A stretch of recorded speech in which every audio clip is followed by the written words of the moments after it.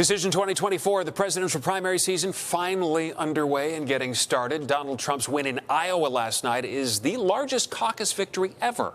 But it's a long road until that convention. So what comes next? Our political reporter, Ahern, she just got back from Iowa. In fact, I saw her rolling in this afternoon. And Marianne, can you give us some perspective on Trump's victory last night? Exactly, because it is just the first one. The Trump victory, though, it's stunning and record-setting.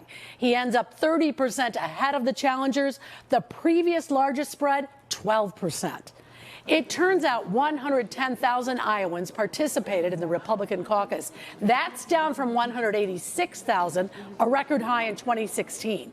Think about that. Only 110,000 people choose to vote in what this first election, and it has a huge say on who remains running. Ron DeSantis in second place holds on. So does Nikki Haley. Next up, a more moderate state, New Hampshire. And while Haley is polling second there, today she announced Haley will not debate unless Donald Trump shows up. I love the fact that y'all came out, even in the snow. We've got a big decision on Tuesday, and I'll tell you, all eyes are going to be on New Hampshire to see what you do and what the tone is going to be going into South Carolina. Trump has not participated in a debate this whole primary season. And he has such a comfortable lead in the polls. I think that raises the question, what is the path for DeSantis and Haley? Do they, in fact, have one? Right. They believe they do, but what they both need is money. You have to get your message out, and if the donors see Donald Trump as the inevitable nominee, why give to anyone else? Haley is hoping that New Hampshire gives her that boost. She's trailing Trump, though, by less than 10. That's encouraging. But then it is on to South Carolina, her home state.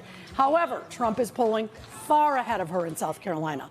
DeSantis, he went to South Carolina today before New Hampshire. His New Hampshire chances, well, they're very slim. He is polling there at 6%. They're both actually running out of time. And let's face it, second place, it doesn't matter. You got to win one of these first states. Yeah. So after New Hampshire, you said South Carolina.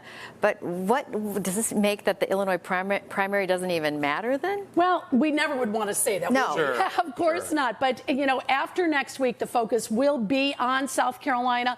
It holds the primary then at the end of February. Politics, it can turn upside down quickly. Illinois primary, it is in March. March 19th, actually. It's going to, of course, count for local races. Hate to say it out loud, but the presidential primary at that point, it might already be settled. Okay. Wow. Okay. As the Carpenters sing, we've only just begun. Here we go.